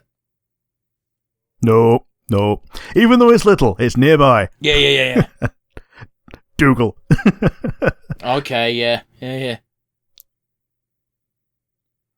I wasn't expecting to see machinery. Well, with the whirring and static, maybe we should have expected at least some of it, but yeah. The fuck is that meant to be? Is this a robot hyena? Its eyes were blinking and on light, so... It's like a Zambino. Huh. I think you're right, these do look very hyena-esque, but they look like they're undead ones. Yeah. Undead or robot or combination of both. They've been infected by a mind flayer tadpole. Deadbot. It's worth very little with a tadpole in your head. That is definitely a hyena.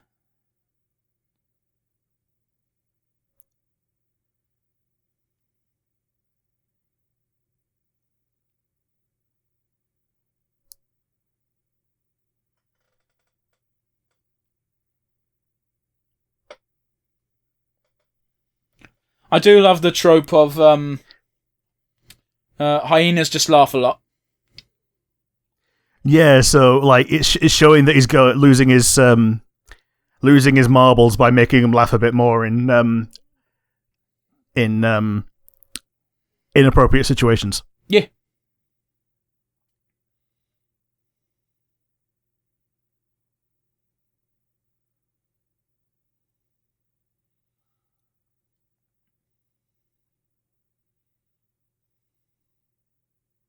Yeah, unfortunately, you're made of meat, and you're talking to hyenas who are more successful predators than lions. Oh yeah, that's because lions, females, are the only ones that hunt, whereas hyenas, the whole pack hunts. Yeah. Oh, cool. This is more sinister than I was expecting. Not gonna lie. Man, so many of these just like individual shots look like great t-shirt designs. Yeah.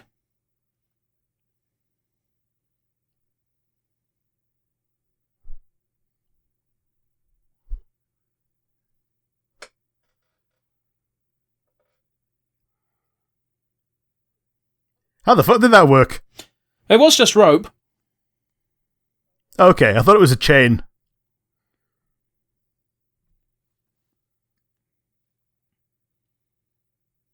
So, we've decided they're hyenas, but the subtitles are calling them the Wolf Crew.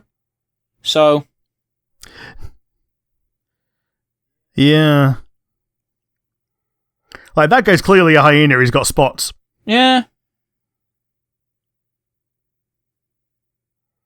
I like the idea of pulling up on his ears to make him jump. Yeah. Okay, Sam's the egg. Sam's the egg. That's good, I wasn't expecting that. Makes sense, though. Yeah. So they both care about Sam.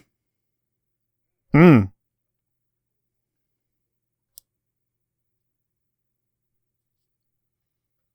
Oh, this is a fucking Final Fantasy boss fight at this point. Yeah. like classic Final Fantasy as well. Yeah. This is like a mix between Final Fantasy and Donkey Kong at this point. Yeah. There was also a boss like this in Rocket Knight Adventures. It was really difficult, but actually really, like, possibly the most memorable boss. Yeah, fair enough. You're in a minecart and you're fighting an evil fucking train.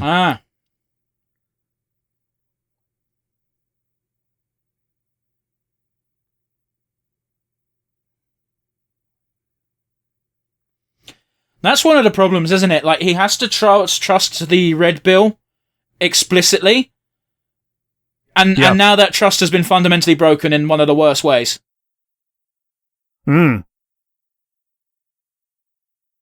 Ooh. That knocked him for 6. Yes, he's been given a concussion, yep. Okay, so apparently the main hyena is called Wolf, and that's why they're the Wolf Crew. Oh, okay.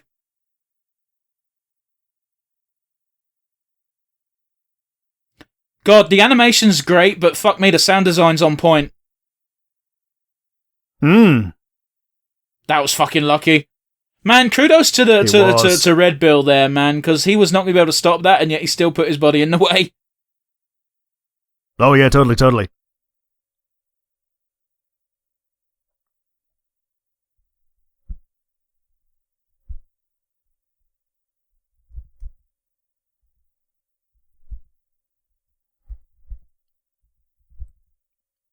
He's going to be conscious through this, isn't he? Probably.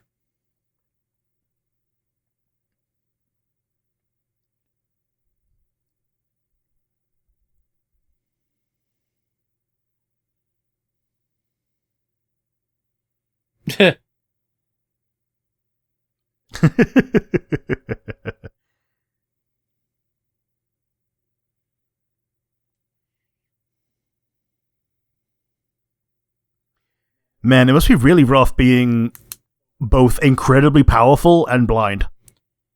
Sure. Especially when you're trying to be gentle to something like Sam the Egg.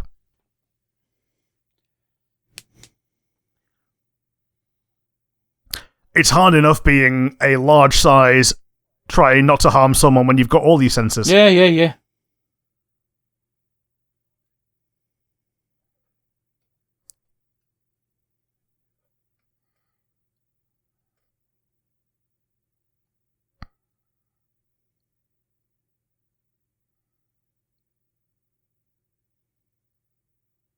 Wow. He's right. You should absolutely unionize if you can.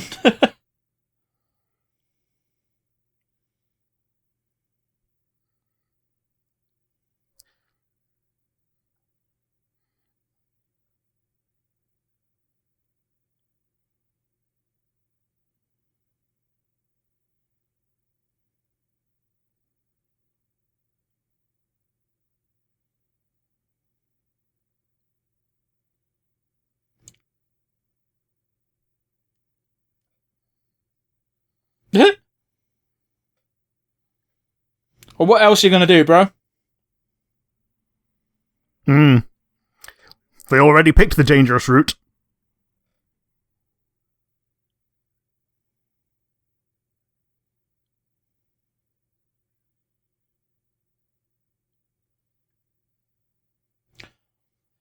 That was a fucking epic shot. It still is an epic shot. There's not much to say, really. Yeah. Yeah. This has been fantastic so far. Great shot, kid. That was 1 in a million. Yeah. Dude, I wish I'd have known about this thing for Animation Month. We're still kind of in it. Yeah. This is like the postscript of Indie Animation Month. It's still September. A month later. It's still September, bro. Sure. What do you mean a month later? We literally had the Earth guy go up last week. I know you're not privy to the upload schedule, Okay. but if you were subscribed, you know. Okay, I am subscribed, and you know what subscriptions are like. Even when something goes up, it doesn't always fucking tell you.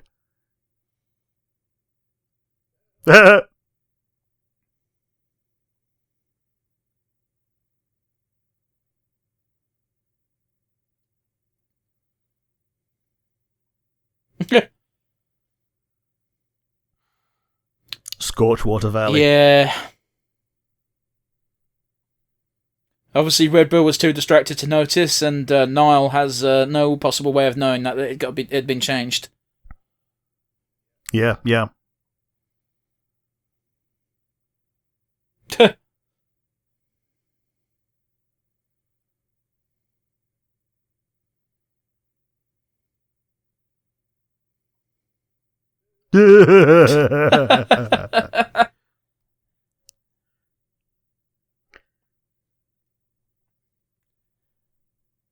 Yeah, good job, Alex Henderson. That was a fucking great little animation. Yeah, absolutely. I'm very sorry the voice cast went by far too quickly for me to read. Oh, it's a Kickstarter project, which means there might be more than just this available now. Yeah, well, consider me subscribed.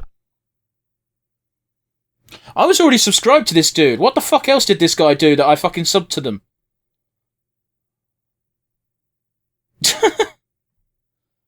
I'll have to check that out. Apparently this person must have done something before now. Or, Yeah, this animation's a year old. It might have come after this and I just didn't look backwards on his back catalogue, but yeah. So we got about 45 seconds left and it's all thanking Kickstarter. Oh, never mind. Fuck me, I guess. Looks like we're getting a fucking little bonus preview a la Disney. Yeah, we get a postscript.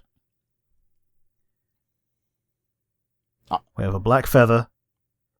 And what appears to be someone wearing a cow skull. It looks like possibly because they are a cow. Probably a bison if we're doing African animals, isn't it? Or an American, an African water buffalo. Mm-hmm. Damn! Oh, okay, yeah, I know why I'm subbed to this guy. He did Donkey Kong Country Curse of the Crystal Coconut. Okay. Yeah, he took an Elstorm song and animated it as if it DKC Curse of the Crystal Coconut. It's a great little fucking animation to go with an Elstorm song. He also did the Donkey Kong Country Return to Crocodile Isle animation, which is about 10 minutes long, and I sent it to you because it was so well done. Yes, I have, looking at his thing, I've seen the Return to Crocodile Isle as a fully watched thing. Yeah, so same. He also did the official video for PARTY. Oh, yeah. Which makes sense, because they essentially saw the Curse of the Crystal Coconut and went, we need to hire this guy to do a fucking music video for us. And he constantly does great work. So, weirdly enough, I was already in tune with this creator. I just didn't know he did, I didn't know he did this little project. He's also got a... Well, not even a little project, yeah. I think this is the longest thing he's done. Sorry, you know what I mean. Yeah. He's also done an animated music video for a Glory Hammer thing, so I'll have to check that out at some point. But yeah, that was weird. I wasn't expecting it to be someone I kind of knew about. Sweet. But in hindsight, it makes sense. It's got a similar style because it's the same style. Yeah, absolutely. But yeah, Rick, I think we're both generally high on this, but nonetheless, I must ask, what did you think? It was great. I think what really stood out, in addition to the animation style being fantastic, was having Niles as a blind character being helped through. So it didn't his blindness didn't hinder him because of the help that he got from the Redbill. Yeah. But yeah, how about you? What do you reckon? It's always interesting having a character with a disability, especially when, as you say, it hinders them, but not as much as society as a whole might think. Yeah. One of my favourite uses of that that is in Treasure Island. The two scariest characters are Long John Silver and Blind Pete. Yes. They both have huge disabilities, and yet they frighten the shit out of you constantly because they're that terrifying regardless. Blind Pete's obviously the guy who kicked in the tavern's doors and dealt with Billy Bones. And do I even need to explain Long John Silver? Yeah, most famous pirate in fiction, I believe. Yeah. Like, isn't he the reason why they've got the Cornwall accent? Yeah, absolutely, yeah. But yeah, that's enough gushing about pirates. Reblame Henderson's work with Ailstorm. Rick, I know it's been a while since we've done this, but we need to do our usual wind down, so let's get to it. First things first, do you have a favourite moment? As much as I normally hate chase sequences because it's a way to have conflict without combat, I would say the minecart chase, simply because it looked so much like other minecart segments that I enjoyed, but animated a million times better. Absolutely. It's just dawned on me why we had the Minecraft segment as well, because he's a massive fucking Donkey Kong nerd. Yeah.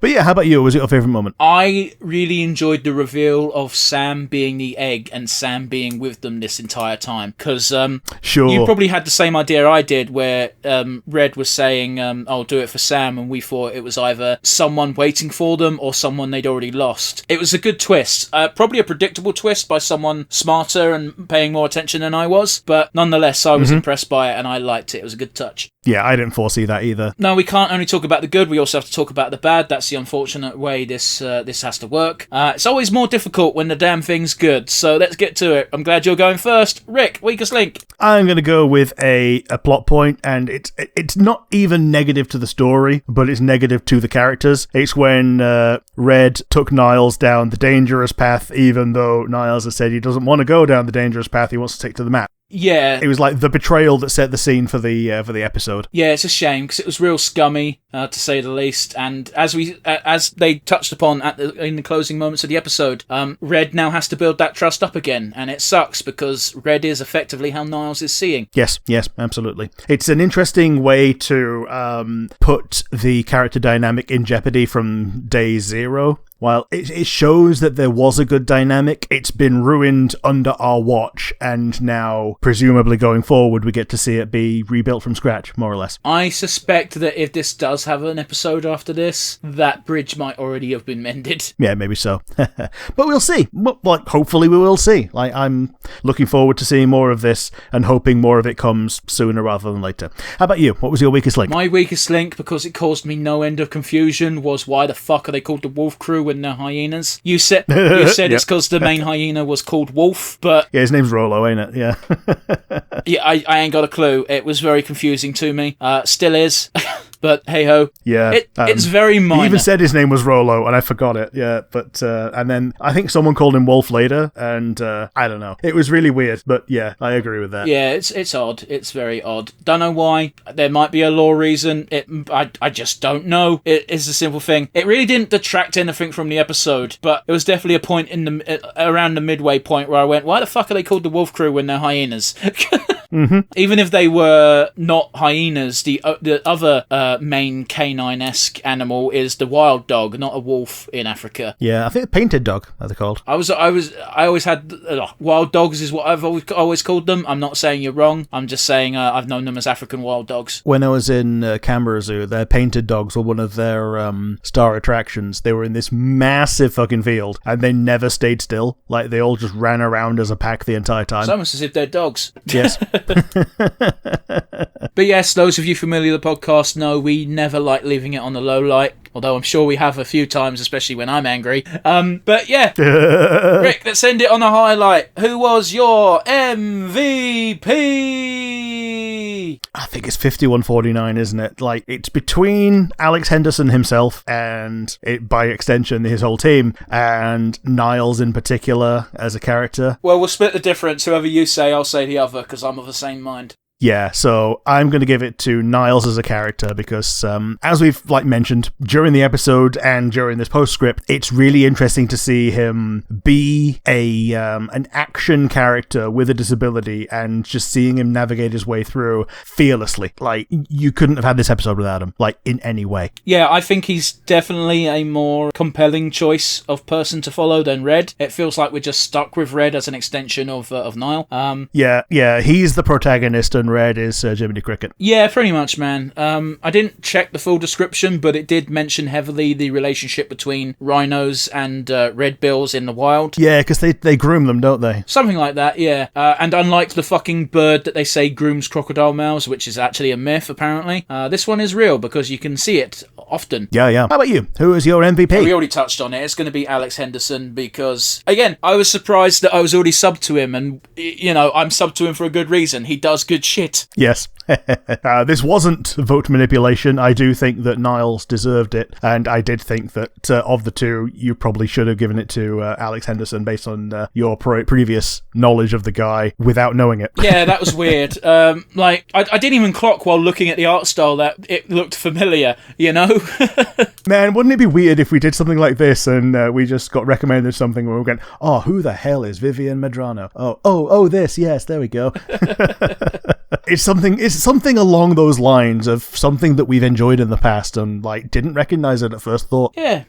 And that's on me. That's on us. Yeah, it's fine. Like, when you said there was a split between two characters, either Niall or Alex Henderson, it was just like, yeah, I pick who you want. I will pick the other because I agree it's hard to distinguish between the two. Niall is such a fascinating character, but the concept of the show, the art, the direction, all great, and you got to give credit to the creator where it's due. He also had a very small team working on this. Yes. The voice cast consisted of 5 people. It went by too fast for me to read it. He had producers, he had people working on sound for him. The bulk of the credits was just thanking his Kickstarter, patrons, for lack of a better word. Yeah, it was. As ever, thanks for watching. If you made it this far, you're our favourite people. As always, we've got the comment section down below. Let us know your opinions on the Rhino and the Redbill. And also, don't forget, feel free to make suggestions. This was actually a suggestion. It's like the second one we've ever done, so I was quite happy to oblige. It's also animation. Yes. Reckon I love animation. We do. But yeah, as always, comment section down below if you want to talk and make requests. If you're not watching via YouTube, but instead listening via one of our many audio platforms, you can instead send us an email at nonsensereviewuk@gmail.com. Once again, that is nonsensereviewuk@gmail.com. Absolutely. We're not sure what we're going to be doing next week, but trust us, it won't be a 2-hour, 20-minute long episode again. We had a lot to catch up upon. We're now caught up. We're now doing things, quote-unquote, live again. So yeah, join us again next week, guys. Toodles. Bye.